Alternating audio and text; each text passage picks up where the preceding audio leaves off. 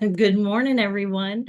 I'm Sherry Porter, Senior Vice President and General Sales Manager with Berkshire Hathaway HomeServices EWM Realty. It's great, as always, to be all together, even virtually online. And I'd like to welcome everyone who's listening in and even our guests and just taking time out of your busy day to be with us this morning. I'll be hosting our time together as Ron Shuffield, our President and CEO, provides us with a Q1 2024 real estate market outlook. And as you know, Ron is our go-to source for the latest in real estate and his comments on the South Florida real estate market. I always look forward to hearing him and gaining insights that he has about our market. So we're going to be unpacking a lot as we always do. So grab a pen, grab a pad to take some notes. We will be recording this and sending this back out, as well as giving you the PowerPoint. So you don't have to take too many notes if you don't want to. We're going to be looking at what inventories currently look like, which market segments have seen some growth, how interest rates are impacting the overall market, and then what we can expect to see in Q2 and maybe further on into the year. If you have any questions, I'm going to be monitoring the chat, so feel free to type that in. And this is probably going to go about an hour or a little more than that. And anyway, I'm ready. Hope you are. And Ron, I'm going to turn it over to you. Okay, thank you, Sherry, and good morning, everybody. This has been an exciting start to our year after 22 and 23 when interest rates started increasing. And of course, we're still living with those higher interest rates today and probably will now for quite a while. We'll talk more about that in a few minutes. But we have had more sales this year, which is good. Inventory is growing, which we'll see in detail here in a few minutes. But we have a great team of people. Again, I want to thank everybody who's been involved in putting this together today. Brian Williams is helping us with all the tech piece, and Sherry, thank you for what you do on the screen here, and Vanessa and her marketing team with all the visuals that you'll see. We have a lot of great pictures, and we don't probably need all the pictures, but it's fun to see where we all live, and this whole region in South Florida now has become a well-known picture for the entire world. People are all coming here in just greater and greater numbers. We were at the convention for the Berkshire Hathaway Home Services Convention in New Orleans just a few weeks ago. And I'm always amazed at all those receptions. You have 5,000 people there. And people are really queuing up to talk to all of us from the South Florida market. I mean, if anybody from Miami, Fort Lauderdale, Palm Beach, everybody has a story or they have a question. They want to tell us about the restaurants they've heard about, the new hotels they're going to. So everybody has us on their bucket list. And I think if we could take a survey of bucket list across the world, we'd find that Miami's probably, in South Florida in general, is probably at the top of that list. But let's jump into our numbers. Let me get us on screen here in just a second. Hopefully everybody can see that on a full screen now. This is our Q1 2024 update. These numbers that you'll see are numbers that are going back to March 31st.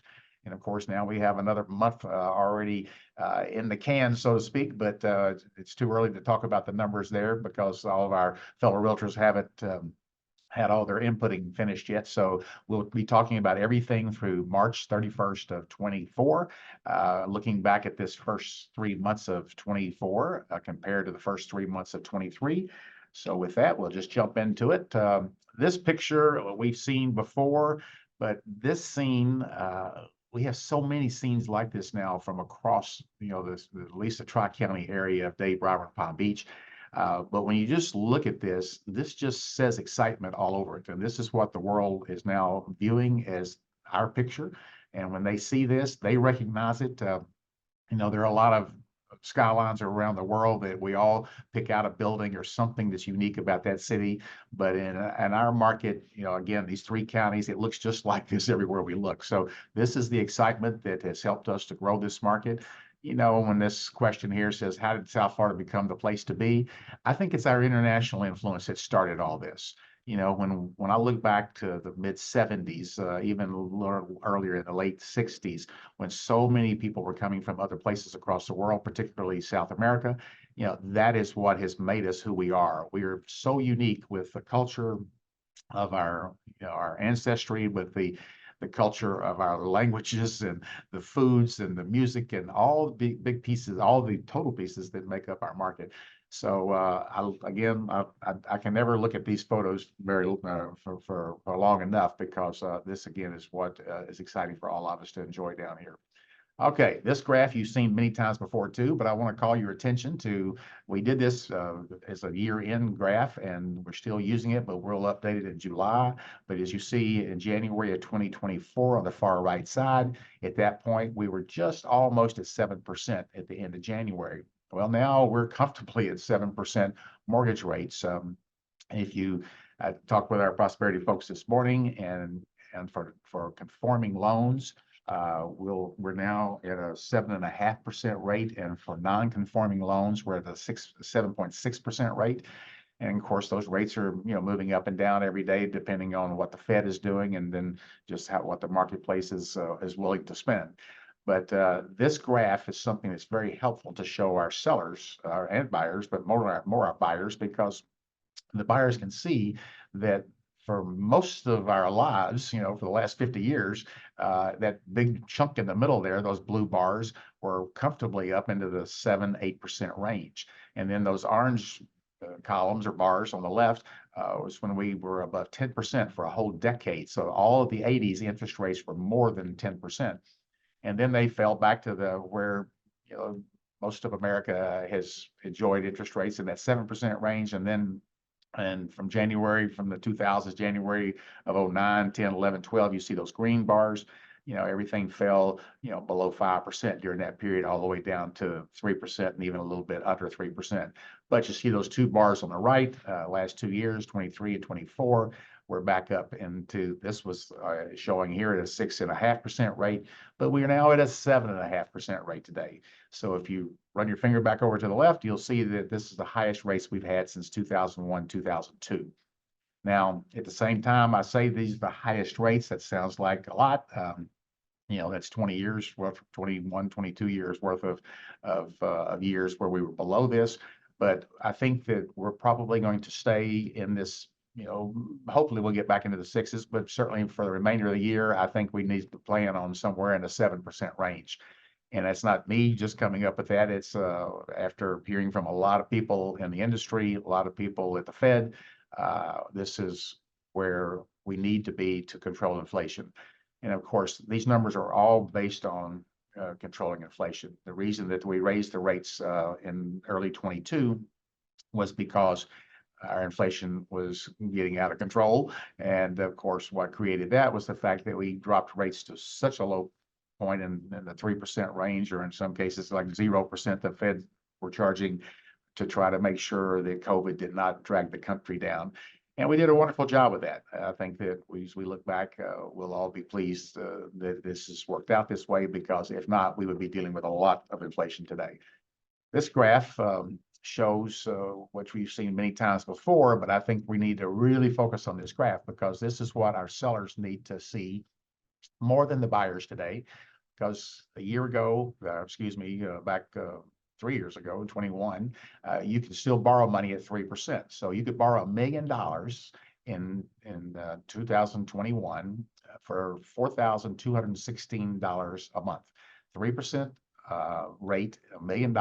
Payment was $4,216 a month. Well, you see, we had drawn some red boxes around kind of that midpoint where we thought we would probably get back to 6.5%, but still 6.5% rate still means that you can only borrow about 2/3 of what you could borrow back in 2021.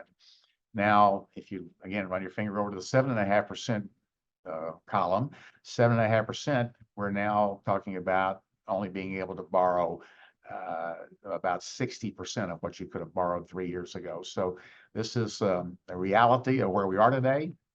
The sellers, when we show them this graph, they quickly understand that our buyers today do not have the borrowing power that they had 3 years ago.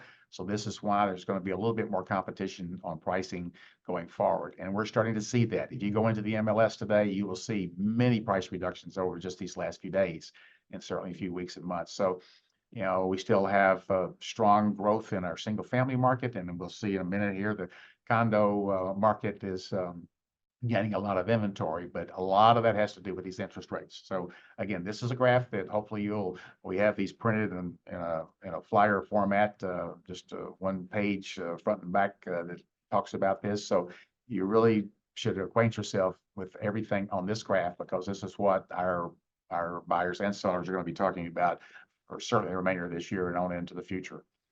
Okay, we've talked about the tax factor over and over again. We all know that 8 states in the country have no tax. Florida and Texas are the real winners in this. You know, when you look at where the population is growing, Texas is growing still at a rate of almost 1,300 people a day. Of course, it's a much larger state to start with. Florida is growing at a rate of 1,000 people a day. And as you look at that graph, you see that the colors, the bluer color, the ones colored in blue are the ones that are losing population. And so all that Northeast population, the California population, even Oregon, losing a few people every month, all of those people in the Northeast are just funneling into the South. And so that's why you see the green and the gold colors in the South quadrant of the Southeast quadrant of the United States. And we are the major beneficiary of that, but Georgia's growing at 318 people a day. South Carolina, North Carolina also over 250, 350 people a day. Tennessee, 200 people a day.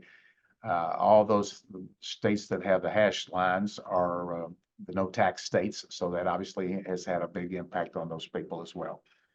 Positive impact. And the exchange rates, you know, for our country, for our marketplace, you know, we look at all these countries every month. And as you see, Argentina, I feel like I'm beating on Argentina every time we talk, but their inflation is still way out of control. 310% more expensive for them to exchange their currency for the US dollar today than it was a year ago. And I think that we will continue to see a similar graph to this. You do have a few places. Colombia is actually less expensive because their currency is improved against the dollar. And then Mexico, and as you see the other countries there. So we again, one of the few places in the world where we follow this, like as closely as we do. You know, I grew up in Tennessee. We didn't talk a lot about exchange rates when I was growing up, but I have certainly learned to appreciate in the years I've been in South Florida now. Okay, this probably to me is the most important graph that we're going to look at ever because it shows the median price and where we've been and where we're going. This is for all single-family homes. This particular graph is only for Miami-Dade County. We have a lot of graphs to look at in more detail, so I don't have this exact graph for Broward and Palm Beach. But I wanted to point out before we look at this, over to the bottom left, you see a rectangular box that says highest median price prior to falling prices during the recession. This was the median price of a single-family home in Miami-Dade County in March of 07. So March of 07, from where we are today, was 17 years ago. So March of 07, the median price of a single-family home in Miami-Dade County was $373,000. And then by January of 11, so basically, 4 years later, we had seen the median price of a home in Miami-Dade County drop to $150,000. Now, for all of you that were in our business at that point, or owned a home at that point, you probably remember this, but in case you didn't, single-family homes lost 60% of their value on a median price. Now, and you can see in this graph, starts in 2008. So the fourth quarter of 2008, we just didn't want to go back to the beginning of time here with these graphs, but from 2008 to 2024, so we're looking at 15, 16 years of activity here. But you see on the left side of this graph, those columns, those bars were very, the inventory was way out of control. We had 24 months of inventory at this 08 period, but if you went back to 07, when I said the median price was 373, the inventory at that point had risen to 36 months for single-family homes. So we had 3 years of supply for single-family homes. You see that black line kind of toward the bottom there. It says 6 months inventory. That's the optimum inventory that our industry all agrees that this is where we would like to keep our inventory, 6 to 9 months of inventory for a balanced market. But when inventory gets above 6 months of inventory, you are going to have decreasing prices. It's just inevitable. It happens every time. So again, that's why I like this graph more than any other graph in our industry, because this is like taking your blood pressure. It tells you exactly what's going on, and now you know your blood pressure, so now you can search for, well, why is my blood pressure where it is? And so this is going to teach us that as we kind of go into these next slides. But as you look at this graph, so March of 07, median price was 373,000. By January 11, it had fallen to 150,000. And then we started a 13-year climb all the way back up to the recession, all the way back up to the pandemic. So from January 11, we hit a bottom of $150,000 as a median price for a single family home in Dade County. By December of 19, it had risen to 380, which is basically back to where we started. So from 2007 to 2019, it's 12 years. It took us that long to get back to where we had lost value. But then COVID came in 2020, and that shaded bar shows the period when we started increasing interest rates. But we shot up to a median price today of $660,000. But now that seems to be kind of leveling off at that point. I mean, it's too early to say that, but I think we're seeing that in condos already. But again, this is a graph which hopefully you can just memorize, because this will help you tremendously in working with buyers and sellers, just to talk about the impact that this inventory and the impact that interest rates have had on us for these last many, many years. Okay, this one now is condominiums. I won't spend as much time here, but the bottom left corner there, the highest median price prior to the falling prices because of the recession. Median price had gotten up in March of 2007 for a condo in Miami-Dade County to 265,000. That fell. Condo values fell by 65%. It's hard to believe that we were selling condos for 35% of what people had paid just 4 years prior. But then by January of 2011, price had fallen to $92,000. By December of 19, it had risen to 245,000, and now the median price of a condominium in Miami-Dade County is $455,000.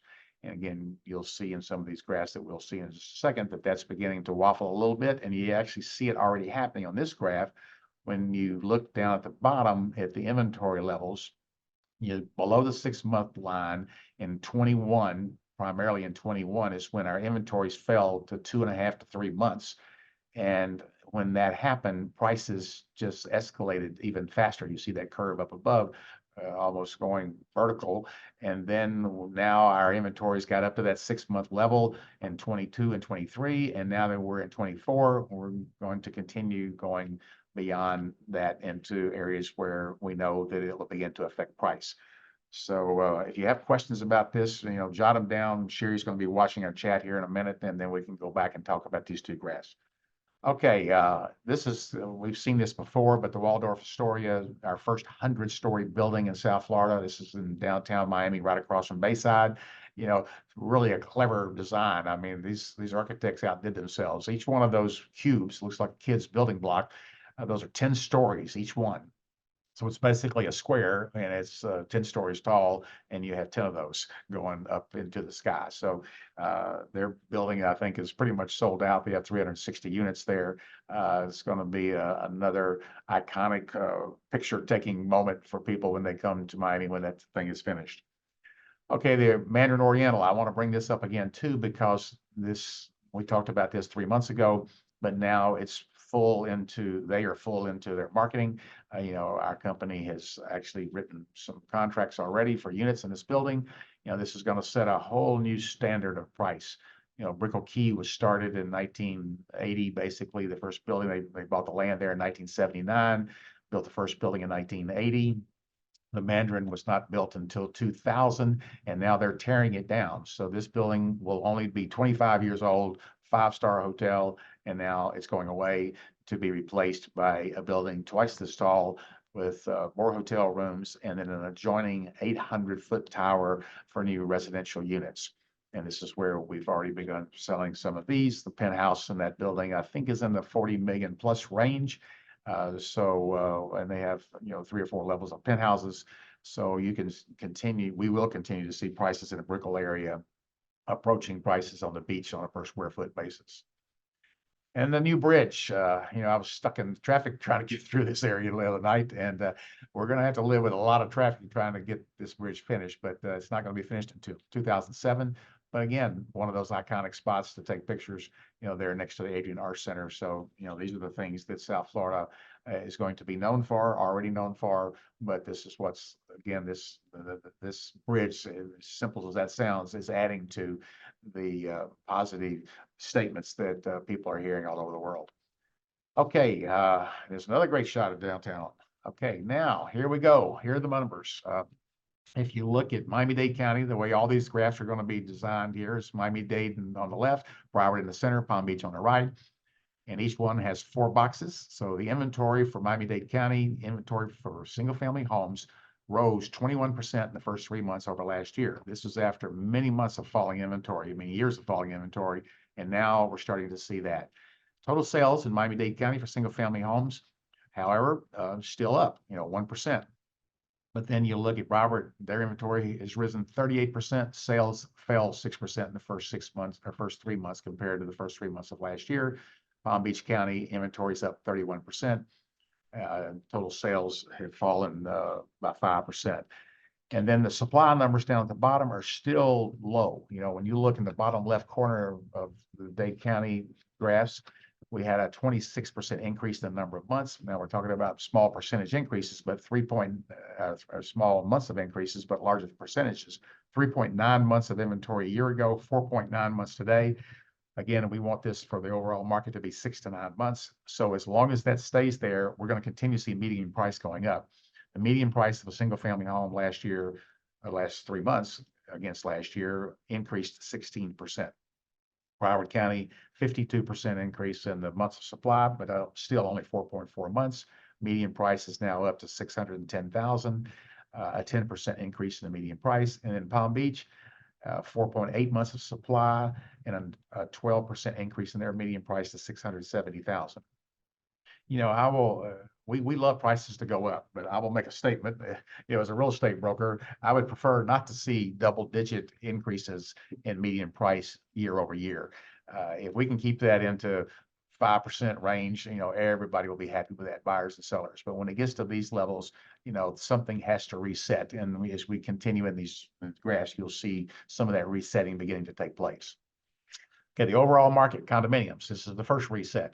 You saw back in single family, we had a 21% increase in Dade County last year, and the condos now have seen a 44% increase in the amount of inventory. Now, just to kind of put that in perspective, if you look at all the increase of inventory for single family homes, we had about 10,000, almost 10,000 more homes on the market now. We do have 10,000 more homes on the market today than we had a year ago.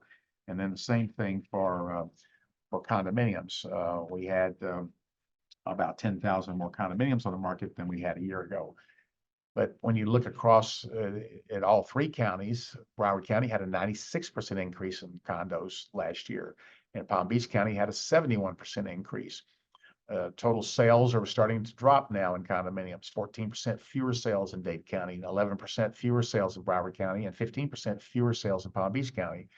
And then if you look at the median prices, now they're falling back into that single-digit range, which to me is much better than where we are at 16%.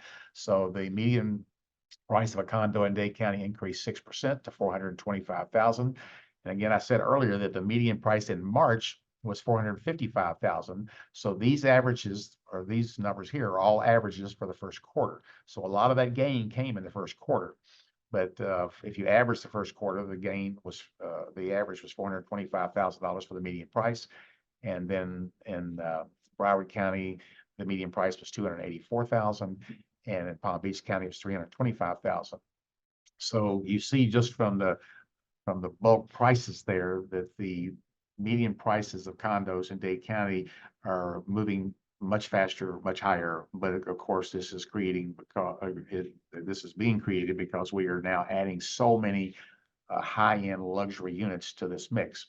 We have many buildings that are pre-selling right now at starting prices of $2 and $3 million and more. And when we start getting up into these $10 million ranges, that certainly moves our median and average prices up higher and higher. Ron, Yes. I was appreciating on the Broward slide. Yes. If you look at the dates, I think that may be just the number may be right, but the year for comparison. 23 to 22. Yes, that should be 24. Yeah, you're Okay, right. we'll update them before we send them out to everybody. So, Okay, thanks for finding this. Thanks for seeing that. Yeah, we've all looked at these numbers like, it's there are a lot of numbers here, but yeah, you're right. That's a mistake. Okay, under $1 million market. Ron, I'm sorry. Somebody was asking, this is only MLS and not pre-construction, correct? Yes, that's a great question. Thank you for asking that. Very little of the new construction shows up in these numbers. Hardly any of the sales, but the inventory for some of the new product. But if a developer has 100 units for sale, they probably don't put more than 5 units in the MLS. So yes, there's a lot more inventory in the new construction. Now, the under $1 million market, which we know now represents only half of our inventory now in Dade County is under $1 million. So half is over $1 million, half is under $1 million. In Broward County, the number is a little bit different. 64% of the inventory is under $1 million. And in Palm Beach County, 53% of the inventory is under $1 million. So whoever thought we'd see a period where half of our inventory in Dade County is over $1 million, and the same in Broward and Palm Beach. Broward, though, it's only 36% is over $1 million, and in Palm Beach is 47% is over $1 million. So, or I'm sorry, the other way around, is under $1 million. So the numbers here, though, are showing now that sales in all 3 categories under $1 million are lower. And of course, I can attribute, I think, this to the fact that our interest rates have increased substantially from, low 3% 2.5 years ago to today, the 7.5% range. So I think interest rates are definitely showing up on this graph. But then you look down at the bottom left corner, 3.2 months of supply compared to a year ago at 2.4 months. We still are very low in single family inventory here. And the same thing in Broward and Palm Beach, where the inventory for under $1 million homes, single family homes, is still only in the 3.5-month range. Now, next is the condominiums.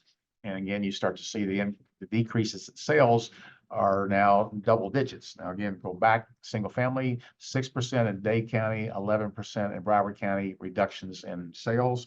And then when you get to condominiums, reductions in sales are 16%, 12%, 17%.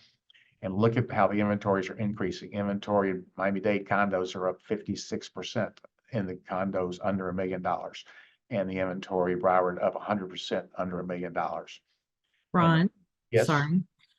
Would you mind taking a moment and explaining the difference between inventory and supply, or when you're referring to them? Sure. Well, the inventory, when I'm talking about inventory, I'm talking about, gross numbers. So in the top left box, you have 7,090 condominiums on the market in Dade County this year at the end of March of 24 versus 4,538 at the end of March in 23. So year over year, we had a 56% increase in the raw number of units for sale. So we went from 4,500 to 7,000.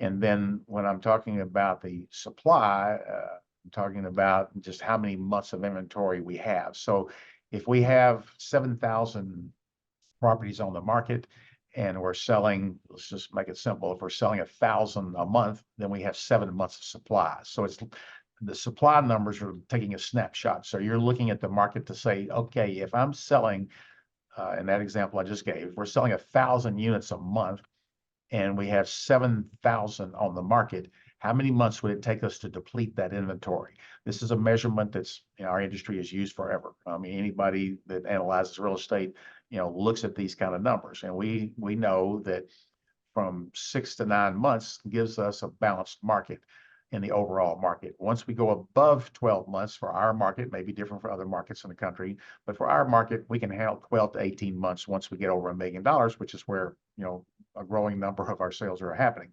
So in this box, these 4 boxes to the left, we had 56% more units for sale at the end of March of 24 compared to March of 23, but we were selling 16% fewer, and the months of supply are 8.7 months.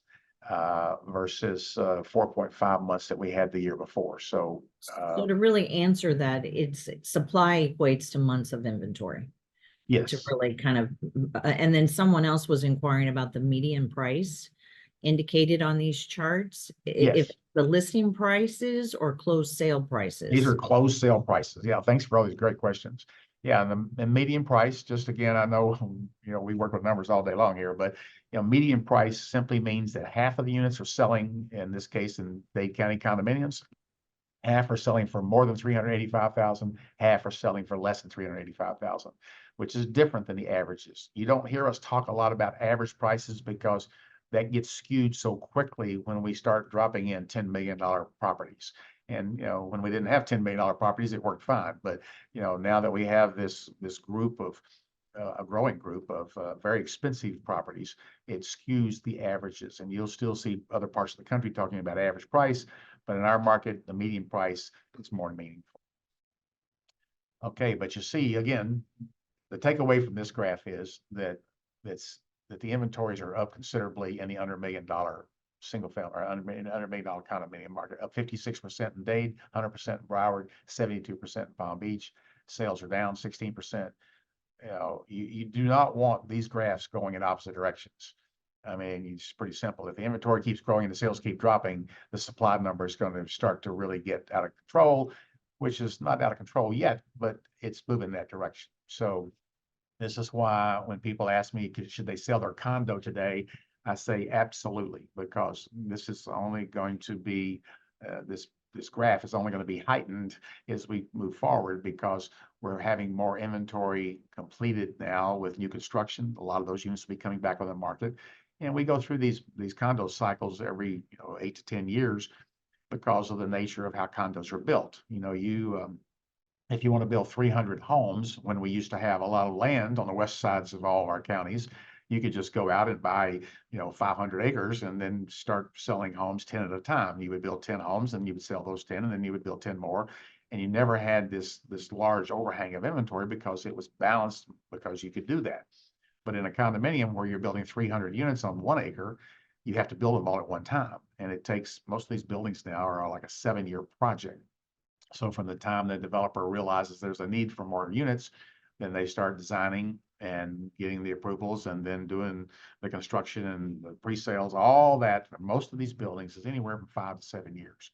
So I think that this is kind of we've been here before. So when we see inventory growing this rapidly in this particular price range, under $1 million, but you'll see it in other ones too, and the sales are dropping, if I'm in that market and I have a condo sale, I think now's the time to do it. Interest rates, are also an impact, but interest rates, I think, are probably going to stay here with us certainly through the rest of this year. Ron, we had another question too. If 50% of homes in Miami-Dade County are over $1 million, does that also mean that the median price is $1 million? No, and that's because we have more weighted at the bottom. And of course, the median price, I can go back here and show you real quick here.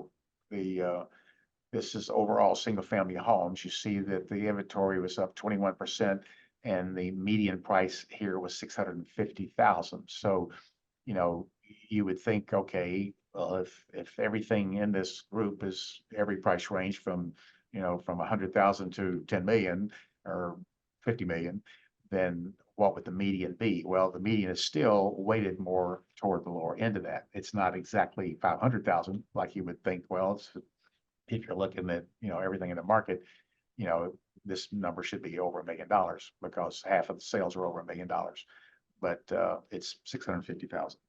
And if you look at the numbers of how many are selling now, and again, we were talking about this particular graph we're on now, half of this inventory, 4,000 homes, and I'll go to the next graph here and show you, half of that, 2,000 homes, is under $1 million. So literally 51% of our inventory is now over $1 million. 49% is under $1 million. But then when you look at what it's selling, and I don't have that easy for you to see on this graph, 76% of our sales are still under $1 million in Dade County. 82% of the sales in Broward County are under $1 million, but 64% are priced under $1 million or over $1 million. And in the Palm Beach, 53% of the sales are now closing over $1 million. So you have definitely a trend that's been moving toward a higher percentage of closed sales, in addition to the high percentage of homes for sale priced over $1 million. But well, let me keep going here. I'm going to get sidetracked. All right, so this is the over $1 million market. This is the over $1 million market. So we saw again where in the under $1 million condo market, big increases in inventory. Sales were slumping, 16% down, 12% down, 17% down. And now this is the over $1 million market. So you see that this is where all the buyers are today, but you have many fewer sales in this price range. So the inventory is still up 17%. Total sales though are up 28%. Sales in Broward are up 24%. Sales in Palm Beach are up 19%. But then we've now hit in the over $1 million, 10.1 months of supply. We've shown that as red, but really in the over $1 million market, where that should not be red yet, even though it's 10.1 months. We feel comfortable with 12 to 18 months of supply in the over $1 million market. And then in the supply for single family in Broward, we're at 8.8 months, and in Palm Beach, 8.1 months. So Dade County is showing a few more months of supply, but I'm not really concerned about that because single family is truly a collector's item in all three counties. And while inventory is growing, so are our sales across all of these months of supply. At some point, we'll get up to those levels where it'll begin to have an impact on pricing. But as you see, the median price in all three of these areas are still up, but not by double digits anymore. I mean, 2%, 0.5%, 0.8, 8%. Okay, so the over $1 million market in condos, again, you're seeing now the months of supply moving comfortably higher, or not comfortably, but in the supply market for Dade County, we're at 16.5 months. And Broward County, 16.7 months, which also should be, watched carefully. And then in the supply in Palm Beach, 11.8 months. Again, that if there's one metric that we can use before doing any in-depth investigation of what we believe the values to be, that one metric would be the months of supply. And when we're seeing months of supply in this over $1 million market in condominiums in all three counties going into the 16 months supply, then it's time to be cautious. It's time for condominium owners who really need to sell to realize that we probably are getting close to the top, if not already past the top of where those values will be. And again, I don't want to set off, panic in some people. And of course, some other, certainly home condominium sellers and other realtors in our county would say, oh no, they're going to keep going. But these graphs do not point to that. Okay, market data by price segment. I'm going to kind of go quickly through this because we've pretty much done a lot of this discussion already. You're going to have access to all of this. We'll give you this whole slide presentation here, so you can show it to your buyers and sellers. But as you see in the under $500,000 market, inventory's down, but also sales are down in this under $500,000 market. Most all of these buyers need financing, and that's what's slowing people from making decisions to buy at this price range. But I think that there's still some great values in here. Our months of supply are still 1.8 months, 2.5 months, 2.4 months. Based on that, I think that buyers should go ahead and accept these rates that we have today. At 7.5% rates, those were the rates that you saw in those previous graphs for a couple of decades. So this is kind of what America grew up on, is those kind of rates. And frankly, I think personally that those 7% rates work better for the overall economy than the 3% mortgage rates, because at 3% mortgage rates, that means that the investors, most investors in this world, or certainly our country, they're still dependent on interest rates, to give them some interest return on their money, especially retirees. if a retiree has $1 million and that's all that they have to look forward to living the rest of their lives, then 5% of $1 million is $50,000 a year. Well, that's income that they can get today that they could not have gotten prior to 22 when their rates were so low. So probably the economy works better at the rates where we are today. Uh, I'm not concerned about the fact that I see these low numbers of sales, sales dropping 39%, 29%, 32%. Part of that is because a lot of that price market for single family homes needed a lot of work. The homes are needed repair, but people who are buying those, I think will be pleased as they look back, even 2 years from now, 5 years from now, or 10 years from now. As long as these months of supply are where they are today, I think we're in safe territory. Okay, this is the under $500,000 market for condos.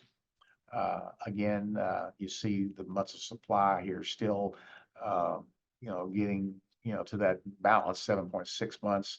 I said 6 to 9 months is kind of what we're looking for in the under $1 million market. But I think here is where we probably need to be cautious because we have a lot of investors that own these condominiums. That's also positive though, because most of the sales that we're having today in these lower price condos are users. And I think not only is that going to be helpful for the people buying to lock in their monthly cost of living or monthly rental costs or ownership cost, but I think that it's good for the buildings themselves because when you have a higher percentage of owner occupants in a building, the buildings are generally taken care of better. And now we're also entering periods with our condominiums across the whole state of Florida where we're going to have to be setting aside higher reserves than we've been setting aside for the last 40, 50 years. And so you're going to have, I think, higher quality buildings in all of these cases where we have higher owner occupants. But again, you see here that condominium sales are down 20%, 14%, 19% across the top there. Inventory is growing rapidly.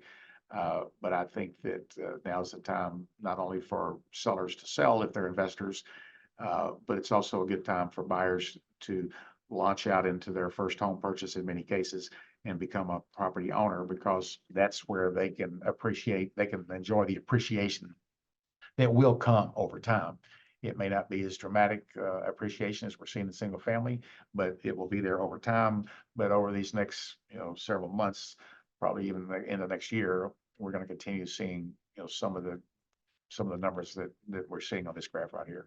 Okay, 500,000 to $1 million. I'm not going to go through all of these because it's really granular now. But you have all of these to talk with your buyers and sellers in these various price ranges about. And the fun thing about this is that it's already done for you. You just have to kind of open up the graph that fits what you're talking about. And then everybody likes to talk about these high-end numbers. So, over 10 million, you see where the inventory is growing in single family homes right now. Today, we have 200, or at the end of March, we had 240 homes on the market priced over $10 million. In Dade County and Broward County, we only had 76. And in Palm Beach County, we had 221. Sales in Dade County up 12%. Sales in Palm Beach County, a lot of wealth moving to Palm Beach County, 186% increase. They went from 14 sales a year ago to 40 this year. Broward is very affordable compared to these other two counties. Broward, I think, is now looked at by everybody looking at the marketplace as an equal, that all three of these counties have really wonderful opportunities for a high quality of living. And so it's not like one is less expensive than the other necessarily anymore. I think they all offer various benefits that are attractive to different buyers. So, we have seen many buyers coming into our market from the Northeast, from California or wherever. They say they want to live in one county and they end up at the opposite end. So you just never know. So hopefully all these graphs will help you be well versed in each one of these. Hey, condominiums over $10 million. Again, pretty astounding that Dade County has 137 condominiums now on the market today over $10 million. But we're up at 45 months of supply. Now, the median price has gone up because we were talking about a very small sample, only 9 sales to come up with that median price. So we had, a couple that were very high price, which brought the median to $14 million. But that's certainly not realistic of what the overall market is doing. but the months of supply is realistic, and this is the number that we need to focus on, that we have 137 units on the market, and we basically are only selling, like, well, what, nine, whatever it is, like, yeah, 3 a month. So 3 a month into 137, you end up with a lot of months of supply. Okay, the rental market. Again, we've seen the number of properties coming back on the market for rent is increasing. And keep in mind that most of the rentals that we're seeing in the MLS are one-off condos where an owner has asked us to list their single-family home or their condo. We have built hundreds, thousands of new apartments now that are competing with our one owner condo owner that is ask us to try to rent, or ask us to list and rent their apartment. We saw some decreases in value there in the monthly rental amount over this last couple of years, but that seems to be leveling off now. But these graphs, you have to keep in mind, these graphs are a really limited supply of what's for rent and condominiums in particular, not so much single family that we're looking at this screen, but then this screen in condominiums. We've seen the inventory growing. We've also seen, a higher number of rentals, but the median price in both of these, these condominiums at Dayton, Broward are down. So, all right, market data by city and county. I'm not going to go through all of these, but you'll have all these various cities. Look at all these pictures when you go through this stuff, because they're really some beautiful shots of the various communities. And there's an Aventura, and we all know Aventura for the beauty it has and for what it offers to, both permanent residents and seasonal residents. So again, same kind of graphs, looking at each one of these cities. Here's Bal Harbor. You just kind of go through Boca Raton, Brickell, all of these various markets. So I will stop there. Sherry, I'm going to kind of exit here. Since we have everybody on this call, one of the things I wanted to share and announce, which we're going to be sending out, is the introduction of HomeServices Insurance. And Kiera Mandel is actually on our call today. And I'm very excited that this is something we're going to be rolling out and having her come to the different offices as far as, talking more about the opportunity to supply that as another service along with mortgage and title. And then I do see a question that just came in. What is the industry standard for months of supply for the rental market? Yeah, it's very similar. I mean, it's going to be also in at six, probably a little bit less, maybe probably 6 months, more than 6 to 9 months in the overall market. Okay. Well, something also I appreciated probably almost around this time last week, if not, it was on Friday, you sent out a company-wide communication about the settlement. And I did get somebody asking me a question on that as far as, now that HomeServices is actually settled, how do you see that impacting agents' conversations, especially around value, commissions, and that sort of thing? I don't know if you want to try to touch that while we've got everybody. Well, there are a lot of moving parts to that, and right. A lot of people were surprised to hear that we had settled. But one of the driving factors in that was that the U.S. Supreme Court refused to hear the appeal that we made. We were the only company that appealed to the Supreme Court, but they didn't want to talk about it. So that's the way our government works and the way the system works, and it's a great system. And so we'd have to honor that and move forward. So, we were faced with a $5.4 billion judgment, which just seems ridiculous. I don't think even the plaintiff's attorneys ever dreamed they would see that. But after our competitors had mostly decided to settle, and of course NAR settled for $418 million, we all know that there's no price fixing in our business. But when you get into a courtroom, I guess you have 8 people who are just regular citizens that are saying, okay, well, we think the realtors are guilty, and that these people should be given billions of dollars. And that's the best system in the world, but it certainly was not something we were pleased with. But we just have to keep going. I mean, as I've told many of you lately, buyers and sellers are still here. They need our help, and they need our help now probably more than ever, because it's going to be a little different than July. You know, the National Association of Realtors has made commitments that they are going to change a lot of our MLS policies. And one of those big ones is that we're no longer going to be able to print in the MLS what commissions the seller might offer to the buyer's broker. So if you're a weekend realtor, it's going to be tough for you because you now are being basically kind of shut out of the information. So if our sellers, and we are still encouraging our sellers to offer a cooperating commission, you know, when you think about where the money at the closing table comes from, it's the buyer that's bringing all the cash to the table. So how it shows up in a closing statement is kind of irrelevant because we're just trying to reach the best value for both buyer and seller. So I anticipate that we will continue pretty much like we've been doing, but we will not be able to offer that showing in the MLS, even though we will be able to offer it as a company. And so we'll have more conversation now with cooperating brokers calling us to say, I want to show your property on Saturday. And oh, by the way, are you offering a commission? And in some cases, you know, we may have some buyers that don't, or some sellers that don't want to do that. You know, we are still very much encouraging our sellers to do that because, you know, if you just think how mentally or how that, you know, just works with a buyer, if you say, okay, the price is $1 million, but we're no longer paying a 3% commission if that was what we were paying before.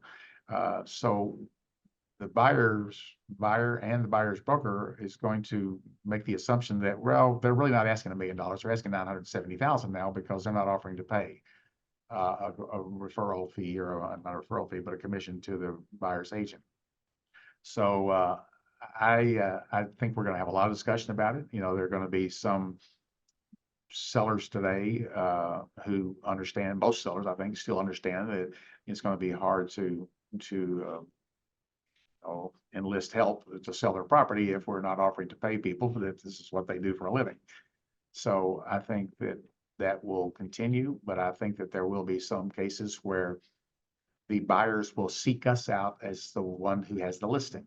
So we've always been known as a listing company. I mean, you know, there are a whole lot more companies that don't list than ones that do.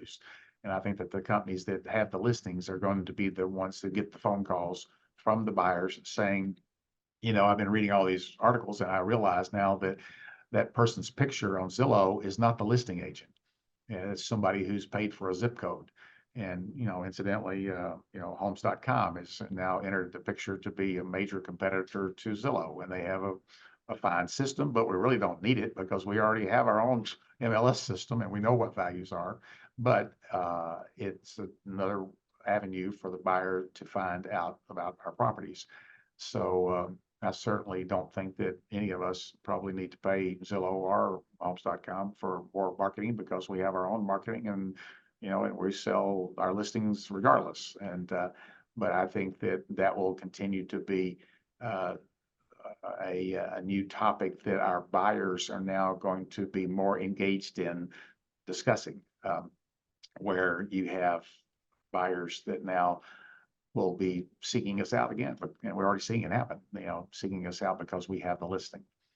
So I know there are a lot of unanswered questions, but yes, and I was going to say one of the ones that has surfaced in a few ways is about any kind of new forms reflecting these commission changes, contracts, buyer representation, listing agreements. And I know we're still kind of waiting on some stuff. And well, the whole industry's waiting, and you know, I know many of you have already started doing some online pieces and looking at buyer brokerage, and yes, we're going to be doing all the above. And I think that I know over the next you know 30, 60 days, we're going to have a lot of new, and I wouldn't say a whole lot of new, but I mean new documents that we can use with buyers who want to hire us to be their exclusive agent. I don't think that's going to be the majority of buyers in the marketplace, but I do think that we will all kind of find the common ground as people, you know, tiptoe into this. And I think that, like changes in the past, and we've had other, you know, changes in agreements over the years. You know, Aniela obviously has been our point person to handle a lot of these changes. And we've already, some of that's already on, already posted where we could pull it up. I was going to say there's a great piece which we did send out and can be found on my EWM under legal that's called Let's Talk Facts, that talks about a lot of what we've been seeing going on in a fashion that makes it very conversational. So we can resend that out when we are also sending your presentation. Yeah, that's a good point. Yeah, you have those printed in the offices too. So I mean, it's a few pages, but a lot of it's just kind of common sense about what we're doing, but it also helps our buyers and sellers to see what we're doing.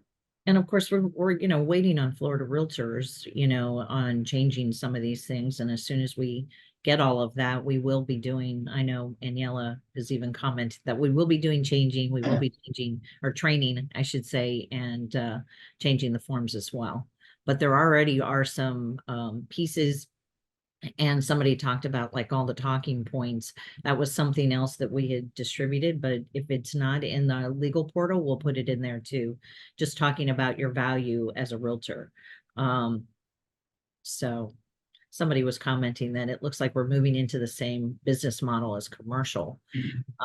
So is it probably won't get to, commercial is still very much, independent brokers, keeping their information and sharing sometimes and not sharing sometimes. I mean, commercial is definitely more challenging for the brokers to work with each other. But it does, the people in the commercial field certainly know that they have great cooperating relationships with a lot of our fellow realtors out there. But I don't see us going back to that system necessarily. New York had that for years, where if you want to see 5 different units listed with 5 brokers, you had to call 5 different brokers. And I don't think we'll be getting to that because, we still want to cooperate with each other. It's just a matter of how we handle the information. The Realtor Association has decided that we're not going to any longer provide this information. So you can't go into a listing and see that there are 20 listings in this building, and 16 of them are paying a 3% cooperating commission, and the other 4 are paying 2% or whatever they're offering. And then, of course, some can offer nothing. But I think that that will go away from the MLS, but we will still be offering that and advising our sellers that this is how we can cast a wider net for more people to show their property if we offer to pay people to bring us their buyers. And I don't think that's anything like price fixing. It's just kind of, again, common sense that we're not, we can't just give away hours every day to show property and not be paid for it. So we have to be careful, how we distribute the information. But we're going to follow certainly all these guidelines that are now being written. Thanks, Ron. I think you did a nice job kind of touching on all of that. I know as we've all been experiencing every day, there seems to be something new in the headlines. So trying to stay on top of it. And that's where, again, as things evolve and change and impact how we do things day to day, we'll be definitely reaching back out and giving those informational pieces as well as any updates to the forms that we use. Thank you again. I know it takes a lot of time to prep on all of this stuff. And like I said, we are recording today, so we'll be sending this back out as well as Ron's presentation and a couple of these other pieces that we talked about as well. So thanks, everyone, and we really appreciate you joining us today. Yes, thank you, Sherry. You make it much easier for me to do this. And thank each one of you. I mean, as I say all the time, Sherry and I wouldn't have a job if it wasn't for for all of you out there working so hard. And of course, we learn about the market from you too, because you're on the street face to face with buyers and sellers, and so that's very helpful. So when you see changes that you feel are changes in your market, certainly let us know.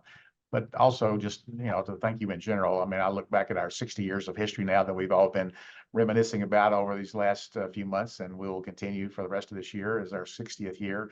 you know, we're very proud of what our founders started and what we've been privileged to, you know, to continue working under for all these years. And the reputation that they left us is certainly continuing in the shoes of each one of you. And thank you, because your reputation is our reputation and ours is yours.